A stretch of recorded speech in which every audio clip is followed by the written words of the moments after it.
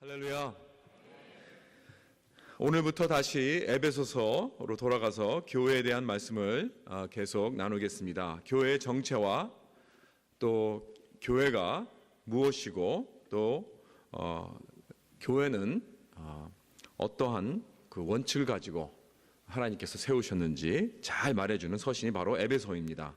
오늘 2장은 어쩌면 성경에서 가장 이 진리가 아주 풍성하고 또 이 기독교의 핵심 구절이 이렇게 담겨 있는 그러한 부분이 아닌가 생각이 됩니다. 너희는 은혜로 구원을 받았다라는 이 말씀이 두 번씩 해서 이렇게 반복해서 나옵니다. 우리가 어떻게 우리가 구원을 받았는가? 이것이 가장 중요한 우리 기독교의 핵심 그 메시지입니다. 구원. 그래서 우리가 구원받았다는 말을 많이 합니다. 하지만은 많은 경우 이 구원을 받았다 하는 것을 잘 이렇게 이해를 못합니다. 그러니까 우리가 참 그 구원을 받았다는 이 컨셉을 굉장히 이렇게 표면적으로만 알고 있습니다. 더 깊이 들어가서 그것이 무슨 뜻인지, 어떠한 그러한 의미가 담겨 있는지 우리는 그 깊이를 잘 모르는 경우가 많이 있습니다.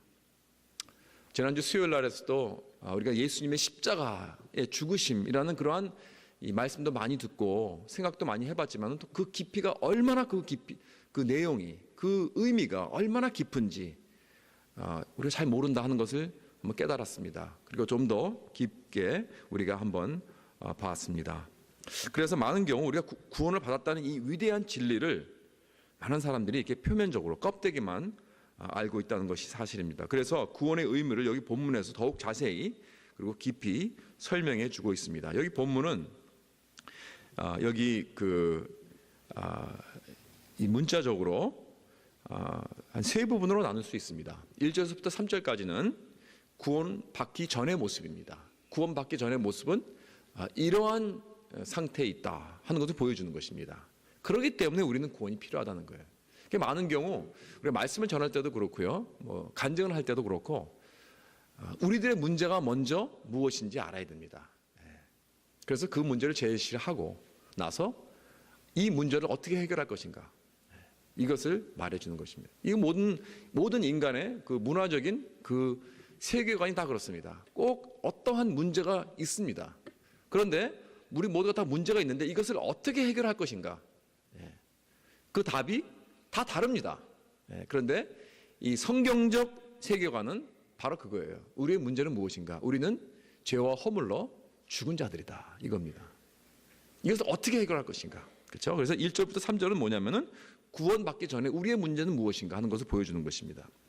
그 다음에 두 번째로 8절부터 10절은 이제 중간을 좀 뛰어넘어서 8절부터 10절은 뭐냐면 어떠한 목적으로 구원을 받았는가 하는 것을 말해주고 있습니다. 그러면 우리가 지금 그전에는 이러한 상태에 있었는데 이제는 무엇으로 옮겨가는, 무엇으로 우리는 구원을 받는 것인가, 어떠한 목적으로, 어떠한 그 상태로 우리는 구원을 받는 것인가 하는 것을 이제 여기 그 8절부터 10절까지 보여주고 있습니다. 그 다음에 세 번째로 4절부터 10절은 그 중간은 이 딱 두 가지를 연결해주는 다리 역할을 합니다. 무엇을 통하여, 우리가 무엇을 통하여 구원을 받는 것인가? 그것은 간단히 말해서 은혜입니다. 은혜로 구원을 받는 것이다, 이것입니다. 그래서 우리가 한번 이것을 우리가 오늘 보겠습니다. 우리 전에는 어떤 삶을 살았는가, 무엇에부터 구원을 받았는가. 우리 1절부터 3절에 보면은 인간의 모습이 그대로 나옵니다. 이것이 참 인간의 컨디션입니다. 여러분, 성경은요 우리 사람들을 평가할 때 그다지 이렇게 좋게 평가하지 않습니다. 여러분, 만약에 내 자신이 좀 더 이렇게 좀 잘 보이고 싶어서, 누가 좀 칭찬하고 누가 좀 나를 좀 북돋아 주고 싶어서 그러한 목적으로 성경을 읽는다면 여러분 많이 실망하실 것입니다. 절대 성경은 인간관이 좋지 않습니다. 아니, 좋지 않은 것 뿐만이 아니라 아예 인간은 소망이 없다고 합니다. 아니, 아예 죽어버렸습니다. 너희가 죄와 허물과 죄로 죽었던 너희를 살리셨도다. 그러니까 완전히 우리는 시체나 마찬가지라는 거예요. 영적으로 볼 때.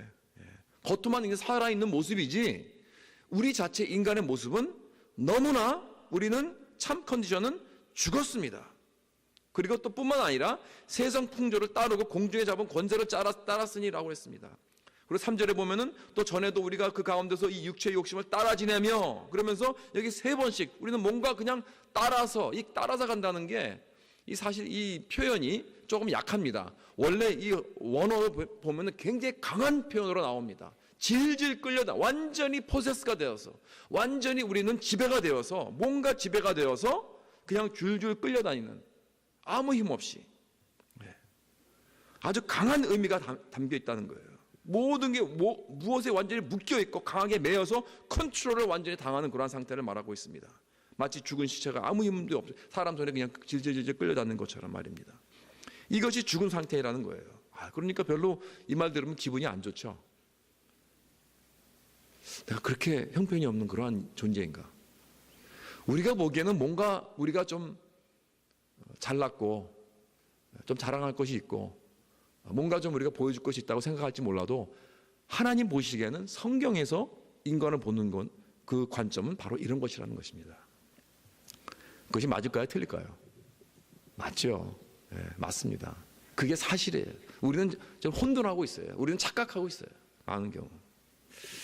이것이 죄로 죽은 우리 상태입니다. 그래서 우리는 참 이러한 몸으로서 우리가 뭔가를 해보려고 한다. 내 자신이 한번 하나님의 의지 없이 다른 것을 의지해가지고 내가 한번 뭔가를 해보려고 한다는 그 욕망이라든가 그 계획이라든가 그 모든 그 시도가 얼마나 어리석은 것인가를 우리는 알 수 있다는 것입니다. 그럼 우리는 무엇의 지배를 받고 있는가? 여기 보면 본문에 보면은 3가지로 나오는데, 세상 풍조라고 그랬습니다. 문자 그대로는 세상의 영입니다. Spirit of the world. 두 번째로 공중의 권세 잡은 자들에게 지배를 받았다고 했습니다. 여러분, 공중의 권세 잡은 자가 누구입니까? 공중의 권세 잡은 자는요, 다른 의미 아니라 사탄입니다. 마귀입니다. 마귀가 우리를 지배하고 있습니다. 그 다음에 3번째로 뭐냐면 육체의 욕심의 지배를 받았다고 했습니다. 이 3가지가 다 파워풀합니다. 완전히. 이 세상에 흐르는 그 모든 그 영이 있어요. 성경과 하나님의 정반대되는 그런 영입니다. 뭐 엔터테인먼트, 무슨 뭐 교육, 문화, 철학, 모든 거 다 보세요. 다 이것은 성경에서 가르치고 있는 이런 하나님 나라의 원칙과는 정반대되는 것들입니다. 이러한 스피릿이 흐르고 있다는 거예요. 여기에 우리 완전히 젖어 있어요. 이런 문화에 젖어 있고 이런 철학에 완전히 젖어 있습니다. 공부를 이 세상에서 깊이 하면 할수록 더 꽉 매여 있습니다. 이런 것에. 그러니까 여러분들이 자녀들이 가는 그 좋은 대학이면 대학일수록 더 그래요. 그런 걸 가르치고 있습니다. 자꾸 이걸 완전히 브레인워시 하는 거죠. 완전히. 그러한 곳에 우리는 완전히 젖어 있다는 거예요. 그런 다음에 뿐만 아닙니다. 사탄의 그 세력, 권세 잡은 자, evil empire, 이 악한 이 세력들이 우리를 지배하고 있습니다. 계속해서 우리를 공격하고 계속 우리를 넘어뜨리려 하고. 그 다음에 이것은 외부적인 것이죠. 그 다음에 내부적으로 모든 인간들은 육체의 욕심이라는 게 있습니다. 우리의 죄성이라는 게 있기 때문에 여기서부터 나오는 그 육체의 욕심이 있습니다. 이 3가지가 다 파워풀합니다. 얼마나 이게 셉니까? 죽은 영에다가 그냥 이런 것들에 완전히 묶여 있어서 우리는 아무것도 할 수 없는, 이리저리 질질 끌려다니는 그러한 상태라는 것입니다. 그렇죠? 이 3가지. 영어로 말하면 three strikes and you're out. 그렇죠? 한 가지만 있어도 우리 얼마나 힘든데 이 3가지가 완전히 이 인간 상태를 짓누르고 있으니 얼마나 우리 인간이 정말 별 볼 일 없는 그런 존재인가 우리가 볼 수 있습니다. 그것을 보여주는 거예요, 지금 성경에서. 그렇죠? 그 다음에 그런데 우리가 이제 이 3가지를 다 하기는 좀 너무 시간이 많이 흐를 테니까 우리가 한 가지만 보겠습니다. 즉 우리 인간의 그 욕심, 이 내부적인 이 문제, 죄성에서 나오는 우리 인간의 욕심, 여기다 한번 오늘 초점을 맞춰 보겠습니다. 그러면은 이 육체의 욕심, 영어로는 passions of the flesh, carrying out the desires of the body and mind 그랬습니다. 그러니까 육신의 정욕, 육신의 그 육체와 이성의 욕심의 지배를 받고 있다는 것입니다. 이것이 어디서 온 것인가? 이것은 우리의 죄성에서 온 것이 sinful nature. 이것을 타고났어요. 여러분, 이것은요 내가 태어날 때부터 엄마 아빠에게 우리가 받고 나온 그러한 DNA입니다. 여러분들이 뭐 모습이 엄마 아빠를 닮은 그것뿐만이 아니에요. 우리가 성격이 닮고 뭐 우리의 모습도 닮고 여러 가지 뭐 우리의 그 표면적으로 이런 것들이 닮았죠 다. 그러나 그것뿐 아닙니다, 여러분. 우리는 이러한 죄성을 받고 태어나. 그렇기 때문에 그 다윗이 그랬잖아요. In sin, my mother conceived me. 그랬습니다. 죄 안에서 우리 어머니가 나를 잉태했다. 그랬습니다. 그렇다면 이 죄성이 무엇인가? 이 죄성은 이 육신적 욕심입니다. 육체의 정욕. 이것이 무엇인가? 우리가 보려면은 뭐 우리 자신을 보도 알 수 있고요. 우리 아기들이 노는 걸 봐서 알 수 있어요. 태어날 때부터 아기들이. 그 굉장히 얼마나 그 이기주의적인 그 욕심쟁이들이 볼 수 있습니다. 서로 간에 자기 뺏으려고 자기 거라고 싸우고 누구 가르쳐 주지 않았습니다. 그런데 자기 거로 쫙 싸웁니다. 내 거 꼭 굶겨쥐고 있고 뺏어가면 완전히 막 울고 난리 납니다. 아까도 좀 무슨 울음소리 들었는데 분명히 그 아이가 뭔가 뺏겼을 것 같아. 뭔가 그 이기주의적인 그런 죄송합니다. 누가 아닌지 모르지만 괜히 욕하. 근데 걔만 아니라 다 마찬가지예요. 다 마찬가지. 여러분과 저 마찬가지. 그러니까 다시 말하면 어렸을 때부터 아기 때부터 누가 가르쳐 주지 않아도 가지고 태어난 이 죄성이라는 것입니다. 이게 바로. 그렇죠? 그래서 이것을 우리가 어떻게 알 수 있냐면은 사탄이 제일 처음 그 모습을 보여줬어요, 우리에게. 사탄이 처음 떨어졌을 때. 이것은 모든 인간이 창조되기 전입니다. 사탄이 타락했을 때 처음에는 사탄이 사실 사탄이 아니었죠. 아름다운 하나님의 천사였습니다. 천사장이었습니다. 가장 파워풀하고 가장 하나님께서 아름답게 지은 하나님의 천사였습니다. 그랬는데 어떻게 떨어지는가 하면은 이사야상 14장에 보면 이렇게 설명합니다. 내가 내 마음에, 이거 지금 사탄에게 말하는 거예요. 내가 내 마음에 이르기를 내가 하늘에 올라 하나님의 무별 위에 자리를 높이리라. 내가 북극 지표의 산 위에 앉으리라. 내가 가장 높은 구름에 올라가 지극히 높은 이와 같아지리라 하는도다. 내가 세 번씩. Three strikes and you're out. 그렇죠? 다시. I will. 내가 어떻게 한번 해보겠다는 거예요. 내가. 이게 바로 이 내가가 문제예요. 내가. 이 바로 육체의 정욕의 그 핵심이 뭐냐면, 그 문제는 뭐냐면 나 중심이라는 거야. 나 중심. self-centeredness. 내가 한번 모든 사람들이 나를 위해 줘야 되고, 모든 사람들이 나를 섬겨 줘야 되고, 모든 이 세상은 다 나를 위해 창조되었다. 나 중심으로 돌아가야 된다. 나 중심의 삶.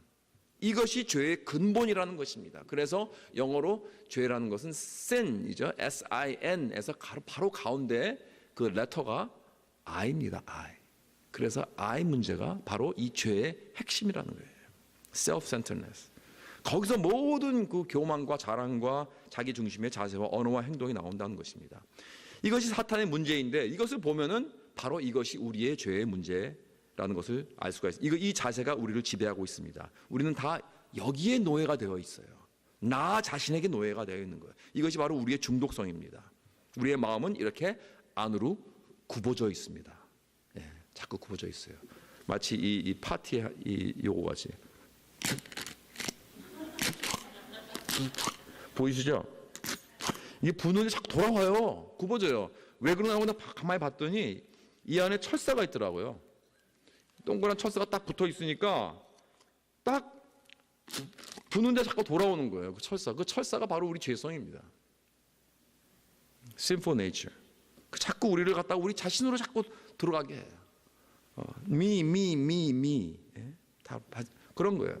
여기 내 자신에게 초점을 맞춘다는 것입니다.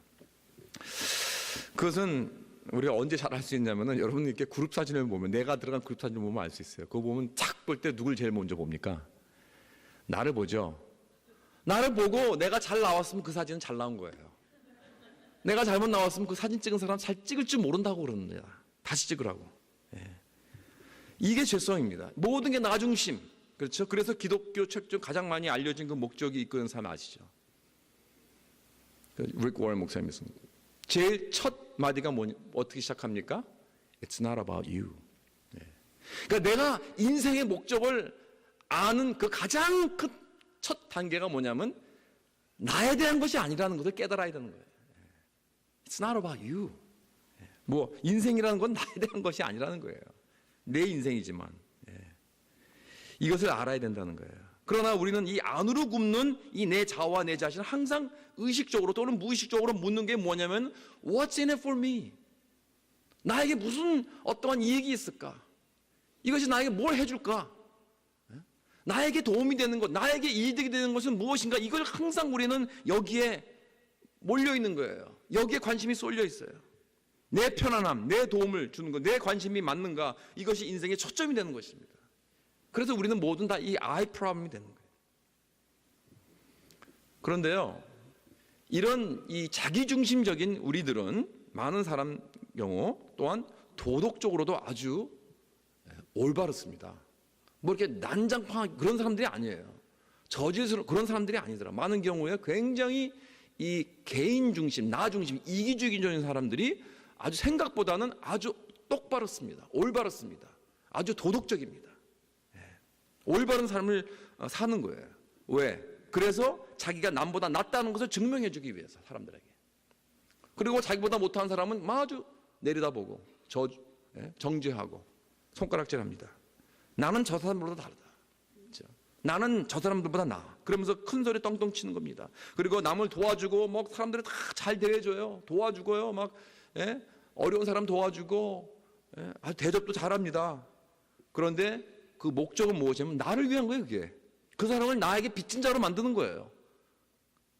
그래 놓고서 막 대합니다. 막 부려먹습니다. 나에게 고분고분하게 하는 거예요. 그러니까 이것도 그러니까 선행을 베풀고 아주 올바르게 살아도 나 중심적인 그런 사람이 있어요.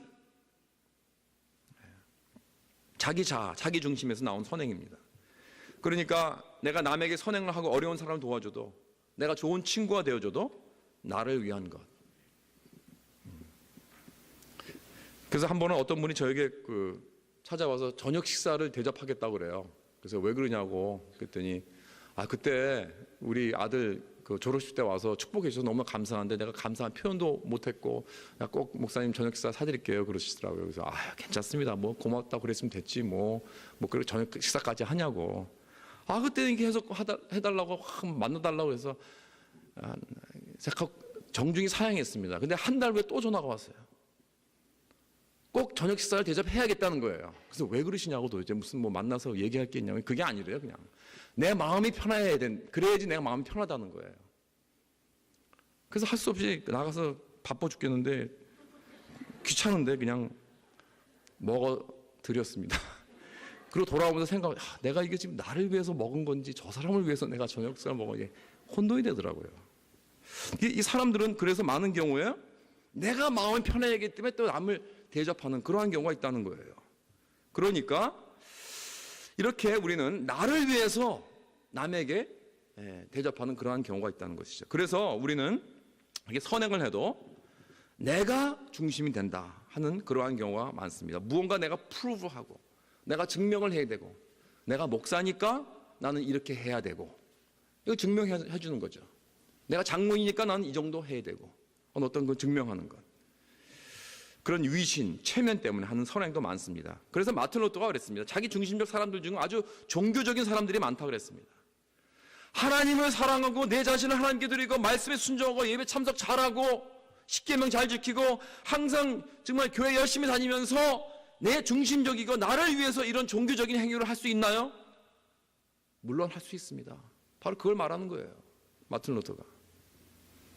사랑장에서도 그렇게 나오잖아요. 고린도전서 13장 거기서 뭐라 그랬습니까? 사람의 방언과 천사의 말을 하고 예언하는 능력이 있고 모든 비밀의 지식을 알고 사는 옮길 만한 능력이 믿음이 있고 내게 있는 모든 것을 구제하고 내 몸을 불사르게 내어주는 그런 희생을 다 무엇으로 한다고 그랬습니까? 사랑 없이 한다고 그랬잖아요. 종교적인 의식 가지고. 여러분 사랑이 없이 한다는 것은 뭡니까? 내 중심적으로 한다는 얘기입니다. 사랑으로 해야 되는데 사랑 없이 내 중심적으로 선교하고 구제하고 능력 베풀고 많은 하나님의 사업도 할 수 있다는 거예요. 그러니까 하나님 보시기에는 그 중심을 보시는 거예요. 도대체 어떠한 목적을 갖고 하는가, 어떠한 동기를 갖고 하는가. 우리가 나와서 예배를 드리고 찬양을 하고 사역을 하고 섬기는 것도 하나님께서는 우리가 어떠한 목적을 가지고 하는 것인가, 이것이 너희 중심이냐 아니면 하나님 중심이냐? 하나님은 이것을 묻고 계십니다. 오늘도.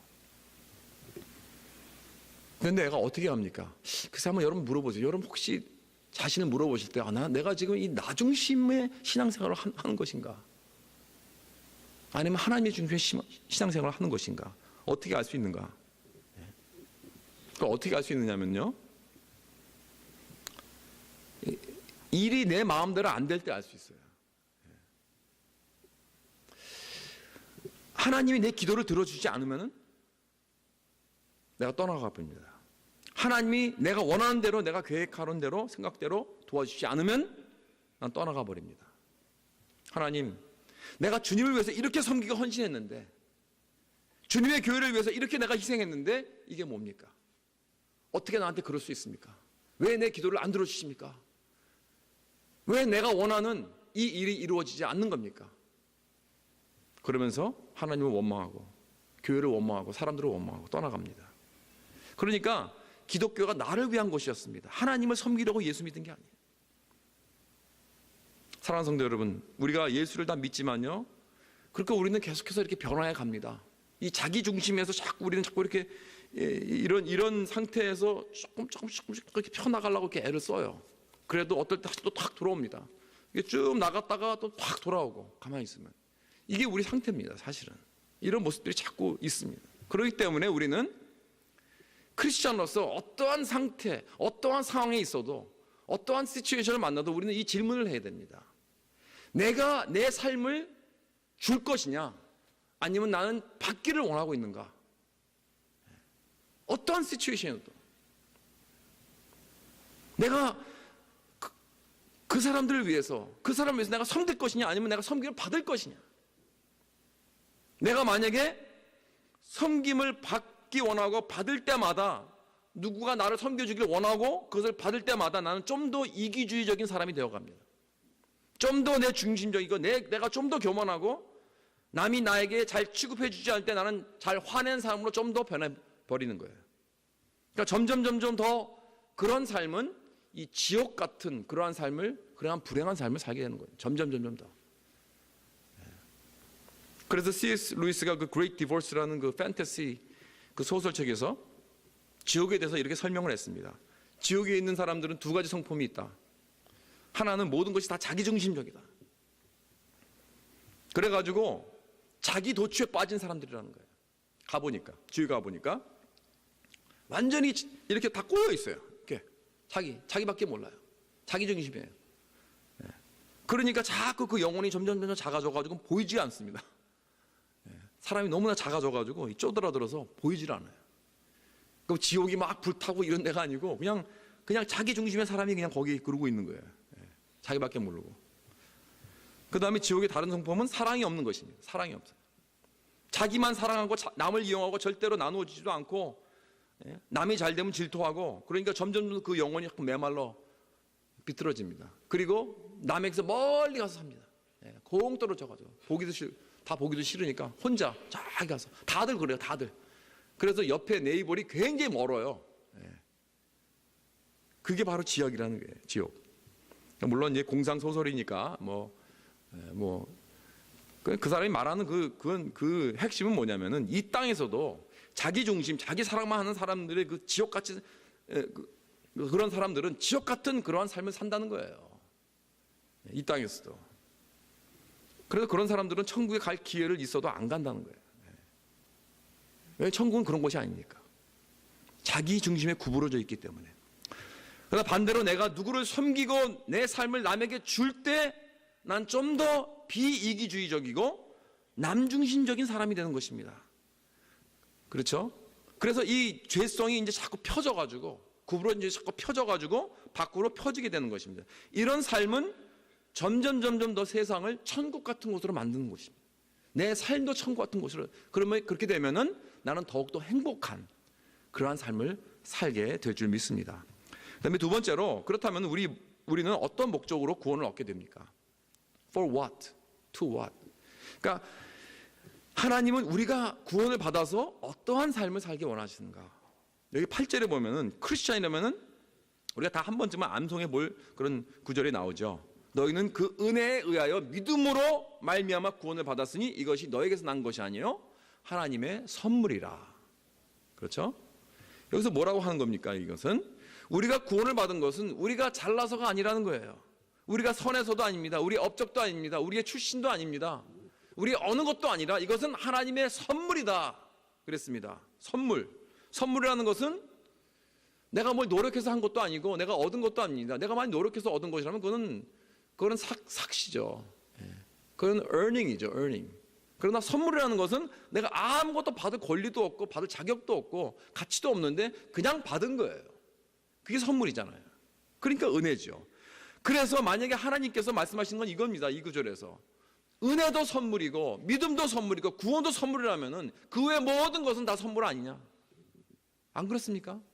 우리가 받은 모든 거 다 선물입니다.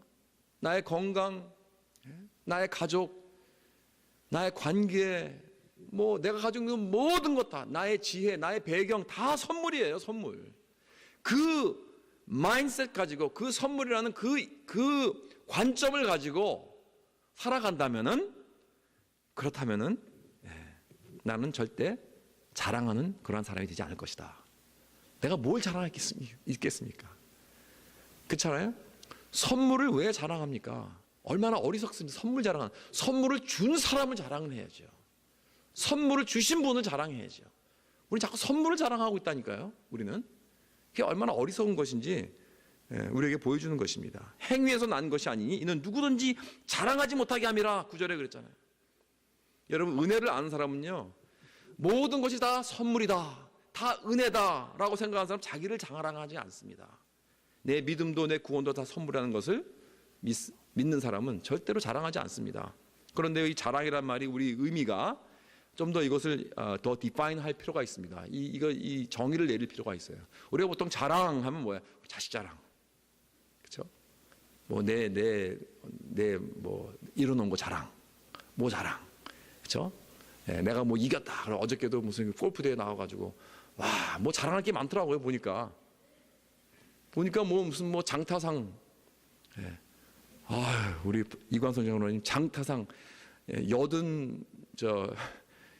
83셋이십니까? 셨는데 장타상 250야드. 이런 거 자랑하는 거 아니에요? 제가 대신 자랑해드려요. 우리 관 장로님 가만히 계시는데, 그죠? 뭐 적군상, 이거 정말 자랑하는, 그렇죠? 제 1부 예배는 내가 2부 예배는 제가 자랑 안 할게요. 1부 예배 때는 제가 자랑한 게 있어요. 근데 2부 예배는 제가 안 할게요. 제가 그 버디를 2개 했습니다 어저께. 근데 제가 1부 예배만 한 거였는데 2부 예배는 제가 안 할게요. 이제 그런 게 있었는데, anyway. 이렇게 사람들은요 이렇게 막 자랑하기 좋아해요. 그런데 그런 거 얘기하는 게 아니에요. 그런 자랑 말하는 게 아니에요. 그런 자랑이 아니고, 여러분 여기 성경에서 말하는 자랑이란 내가 어떠한 인생의 어려움이나 인생을 당했을 때 내가 이것만 있으면 난 든든히 이길 수 있다. 이걸 말하고 있어요. 이것만 있으면 난 걱정 없다. 난 이길 수 있어. 난 승산이 있어. 이거 있으면 이것이 자랑입니다. 그래서 내가 어떤 두 나라가 전쟁에 나갈 때 무엇을 봅니까? 전쟁에 나가려면은 군대 그 숫자를 보죠. 군인들 숫자를 보고 무기를 봅니다. 얼마큼 무기가 있는가. 만약에 우리나라가 군대가 더 많고 무기가 더 많다, 저 나라보다, 그러면은 승산이 있잖아요. 그래서 그 군대에 그 나라의 대통령이나 군대는 우리는 더 강한 나라다, 우리는 더 센 나라다, 그렇기 때문에 걱정하지 말고 우리 나가서 싸우자 하고 자랑하면서 나갑니다. 뭘 자랑하느냐? 자기들의 그 숫자와 무기를 자랑하는 거예요. 이길 수 있으니까. 마찬가지로 여러분 자랑이란 우리가 해낼 수 있다라고 생각하도록 자신감을 심어주는 그 무언가. 그것이 나의 무기일 수도 있고 우리의 숫자일 수도 있고 경험이 될 수도 있고 실력이 될 수도 있고. 여러분이 자랑하는 것이 무엇입니까? 내가 이 세상을 내가 테이크온 할 수 있도록 자신감을 갖도록 살아나가도록 나에게 내가 믿고 의지하고 그걸 자랑할 수 있는 그것이 무엇입니까? 여러분의 경험입니까? 여러분의 그 교육적 백그라운드입니까? 여러분의 뭐 레주메, 여러분의 무슨 어떤 이력서입니까? 여러분의 포트폴리오입니까? 예? 아니면 여러분의 무슨 어떤 누가 아는 뭐 친척이 무슨 그 좀 백이 있는 사람이 있으면 우리 미국에서는 백이 안 통해요 별로. 근데 한국에서는 통하더라고요. 한국에서 백만 있으면 아직까지도 뭐 많이 하잖아요. 그래서 요즘 많이 그런 게 없어질지 몰라도 옛날엔 백이 중요합니다. 그래가지고 정치적으로 누가 당선이 되면은 그 사람 백으로 통해서 얼마나 많이 사기치고 막 그럽니까? 예. 제 친구 그 국민학교 동창도 하나가 과거에 유명한 정치인 아들이 있어요. 얼마 전에 신문을 봤더니 자기 아버지 이름을 대고 사기 횡령죄로 들어갔습니다. 그 아버지는 돌아가셨는데도 말이에요. 예. 돌아가신 분이 그렇게 끝발인 줄 몰랐어요. 예. 그것을 이용해서 사기를 칠 수 있다 이 말입니다. 그렇죠? 그러니까 이 자랑이란 이런 것들 말하고 있는 거예요. 내가 어떠한 사람을 안다. 내가 돈이 있다. 예? 내가 재주가 있다. 예? 학벌이 있다. 이런 걸 가지고 나에게 자신감을 갖게 해준 것, 그것이 바로 자랑이라는, 이런 자랑하지 말라는 것입니다. 바로 여기서. 구절에서 말하는 건 이 모든 것이 하나님의 선물이니까 누구든지 이런 것들을 자랑하지 말라. 혹시 그런 것이 있다는 것이 뭐 나쁘다는 것이 아닙니다. 뭐 나에게 무슨 재력이 있고 실력이 있고 예? 학벌이 있고 다 좋은 거예요. 그러나 거기에 자랑하지 말라는 것입니다. 그걸 의존하지 말라는 거예요. 그래서 예레미야 9장에서 그렇습니다. 여호와께서 이와 같이 말씀하시되 지혜로운 자는 그의 지혜를 자랑하지 말라. 왜? 지혜는 누가 주셨습니까? 하나님이 주셨잖아요. 지혜는. 또 용사는 그 용맹을 자랑하지 말라. 용사의 그 용맹함과 그 실력과 그 능력과 그 힘 어디서 나온, 하나님께서 주셨잖아요. 하나님께서. 부자는 그 부함을 자랑하지 말라. 부도 어떻게 내가 그 부를 내가 얻을 수 있었습니까? 내가 재주가 좋아서 그런 게 아니에요. 운이 좋아서 그런 게 아니에요. 하나님께서 내가 돈을 많이 벌을 수 있는 능력을 주셨기 때문에. 그렇다면은 그걸 의지하고 그걸 붙잡고 내가 자랑한다는 게 얼마나 어리석은 것입니까? 왜 선물을 주신 분을 자랑해야지 선물을 자랑합니까? 이렇게 세상 것들을 자랑하는 사람들의 모습은 어떻습니까? 왜냐하면 왜 그런 걸 자랑하지 말아야 되느냐? practical reason이 있습니다. 실용적인 reason은 뭐냐면은 사람들은 불안해요. 항상 그걸 붙잡고 있으니까 그게 있었다가, 선물이라는 건 그렇잖아요. 있었다가 없어질 수도 있는 거고, 그렇죠? 항상 불안한 거예요. 항상 화가 나 있어요. 인생은 불공평하다. 왜 서로 비교하니까 저 사람이 가진 거 왜 나는 없느냐? 비교하면서 인생은 불공평하다. 그래가지고 항상 grumpy합니다.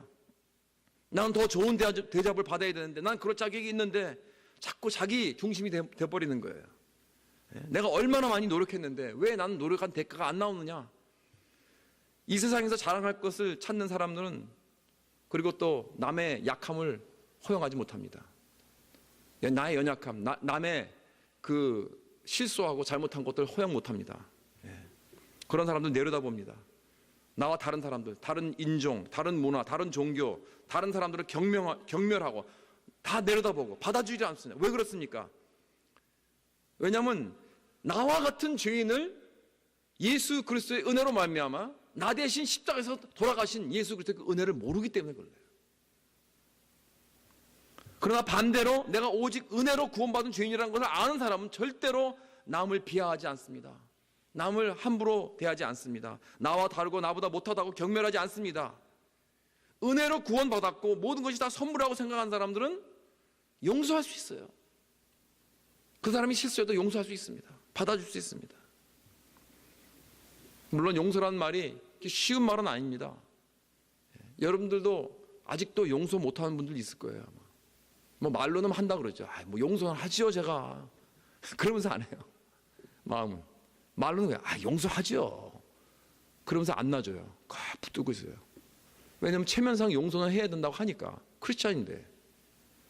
솔직히 해봅시다 여러분. 우리 용서 못하는 거 많이 있습니다. 요셉도 형들을 다시 만났을 때 이 자기를 감옥에 집어넣은 그런 장본인들입니다. 여러분. 자기를 죽이려고 하다가 안 되니까 노예로 팔아먹었어요. 그러니까 거기서 노예 생활하지, 감옥에 들어갔지. 형들을 볼 때 얼마나 그 화가 났겠어요. 죽이고 싶었겠죠. 사람이니까 요셉도. 그런데 요셉은 형들을 가다 놓고 혼자 집이 떠나가라 엉엉 울었습니다. 왜요? 그 증오 때문에. 이 용서는 해야겠는데 선뜻 그 용서의 행동이 나오지 않는 거예요. 그러나 자기는 알죠. 자기도 은혜 받은 사람이다. 하나님의 은혜 때문에 나가 오늘 여기 있는 것이다 하는 거 알죠. 그래서 결국 그 은혜가 그 요셉의 심령을 막 파고 들어가고, 그렇게 되니까 요셉이 할 수 없이 레꼬한 거예요. 레꼬하면서 목을 놓아라 하고 떠나가라 우는 거예요. 그게 용서는 소리입니다. 그만큼 고통스럽습니다. 용서라는 게. 왜냐하면 용서의 그 행위 이면에는 그 배신의 상처가 도사리고 있기 때문에 그렇습니다. 용서는 비본능적인, 비본성적인 행위입니다. 우리 이렇게 내추럴하게 자연스럽게 용서 못합니다. 우리의 자연스러운 행동은 뭐죠? 복수죠, 복수. 어떻게 하면 저 사람들 이길 수 있을까? 이거 하는 거예요. 그래서 엘리자베스 오카널이라는 그 크리스찬 작가는 그랬습니다. 우리는 용서에 대해서 수없이 설교를 들어도 쉽게 용서하지 못하면 쉽게 용서받지도 못한다. 새삼 느끼지만 용서란 언제나 설교로 듣는 것보다 어렵다. 여러분들 설교 들으면서 그래 용서해야 되지만 못해요. 참 힘듭니다. 그래서 어떤 희극 작가가 이렇게 기도를 했다고 그래요. 주님, 나를 날씬하게 하지 못하게 내 친구들을 뚱뚱하게 해주세요. 그렇게 기도를 했다고 그래요. 이렇게 하나님을 이용해까지 하면서 복수를 하려고 그래요. 그러나 하나님, 근데 하나님은요, 그의 자녀들에게 용서할 것을 요구하십니다. 주장하십니다. 그래서 주기도문에 딱 묶어 두셨습니다. 우리가 우리에게 죄 지은 자를 사해 준 것 같이 우리 죄를 사해 주십시오. 왜 하필이면 그렇게 딱 그 주기도문에 가운데 그 심어 놓으셨을까요? 그걸 또 싹 스킵해서 주기도문 할 수도 없고, 딱 걸렸어요. 우리는 이제 천상. 그 기도 하려면 용서해야 되고, 용서 안 하려면 그 기도 못 해요. 주기도문. 차라리 주님이 내 죄를 용서해 주신 것 같이 나도 남을 용서하게 해주세요라고 하면 아주 너무나 자연스러울 것 같은데, 거꾸로 그렇게 해버렸어요. 그냥 완전히. 완전히 오도마도 완전히 우리는 묶였어요. 또 말씀하십니다. 너희가 사람의 과실을 용서하지 못하면은 너희 아버지께서 너의 과실을 용서하지 아니하리라. 너무나 힘듭니다. 그러므로 예물을 제단에 드리다가 내가 형제에게 원망을 들을 만한 있으면, 들을 만한 일이 말하기 좀 힘드네. 내 형제에게 원망 들을 만한 일이 있는 줄 생각나거든. 한국말이 이렇게 힘들어요. 그래서 예물을 제단 앞에 두고 먼저 가서 형제와 화목하고 그 후에 와서 예물을 드려. 다시 말해서 내가 용서를 못하는 가운데서 하나님 앞에 예배 드리려면 안 받겠다는 거예요. 하나님께서. 형제와 화목하기 전에는. 다시 말해서 하나님은 그분의 은혜를 경험한 사람은, 그래서 정말 하나님의 은혜를 경험했느냐? 그렇다면은 이 비은혜의 악순환을 끊어버려라. 용서 못하고 서로 죄짓고 서로 복수하고 분노하고 경멸하고 놔주지 않고 꼭 붙잡고 있고, 이런 이 비은혜적인 인간의 그 관계의 악순환을 중지하고 은혜로 풀어라는 거예요. 은혜로. 그래서 은혜의 사람이 되고 은혜의 역사를 창조해 나가라는 것입니다. 왜 그래야 하는가? 우리는 은혜를 받은 자이들이기 때문에. 이렇게 은혜와 용서는 끊을 수 없는 관계입니다. 같이 갈 수밖에 없어요. 이 marriage, 영원한 marriage입니다. 영원한 이 결혼 관계예요. 은혜와 용서는. 은혜 받은 사람은 용서합니다. 그렇기 때문에 여러분, 그 갚을 수 없는 빚을 탕감받은 종 이야기 아시죠? 갚을 수 없는 빚을 탕감받았는데 나가면서 자기한테 얼마 빚지도 못한 얼마 안 되는 그 형제에게 붙잡고 내 빚 갚으라고 목을 조르고 그러다가 못 갚는다 그러니까 감옥에 집어넣는 그러한 이 용서 못하는 종들이 얼마나 많습니까? 우리 가운데. 사랑하는 성도 여러분, 은혜는 은혜를 낳고 긍휼은 긍휼을 낳고 용서는 용서를 낳는 것입니다. 여러분 정말 은혜를 받았다 하면은, 긍휼을 받았다, 입었다 하면은, 용서를 받았다고 생각하시는 분은 내가 용서를 하고 긍휼하게 대해야 됩니다. 이것이 이 복음은, 이 우리 기독교의 복음이라는 건 용서로 시작해서 용서로 끝나는 것입니다. 이것이 우리 예수 그리스도께서 우리에게 보여주신 삶입니다. 사랑하는 성도 여러분, 나 같은 죄인 살리신 주님을 찬양하고 섬기면서 정말 더욱 자족하고 감사가 넘치고 용서하는 삶을 살아서 정말 천국이 우리 가운데 이루어지는 그러한 놀라운 축복이 있기를 간절히 바랍니다. 마지막으로, 아직 안 끝났어요. 조금만 기다리세요. 조금만. 마지막으로, 난 어떻게 하면 이런 이기주의는 그런 용서 못하고 자기 중심적인 자세와 삶에서 벗어날 수 있을까? 예수 그리스도만 자랑하는 것입니다. 여러분의 자랑이 예수 그리스도만 되세요. 예수님은 삼위일체 하나님으로서 하나님의 완전히 동등하신 분인데 모든 걸 다 영광을 다 내려놓으셨습니다. 그리고 자기 자신을 비우셨습니다. 이 땅에 오셔서 종의 자리로 들어오셨습니다. 그리고 우리들에게 그러십니다. 내 삶을 너에게 바치노라. 그분을 우리는 내 마음에 영접하고 내 삶의 주님으로 받아들인 자입니다. 이제는 나는 이제 완전히 다 채워졌습니다. 내 안에 부족함이 없습니다.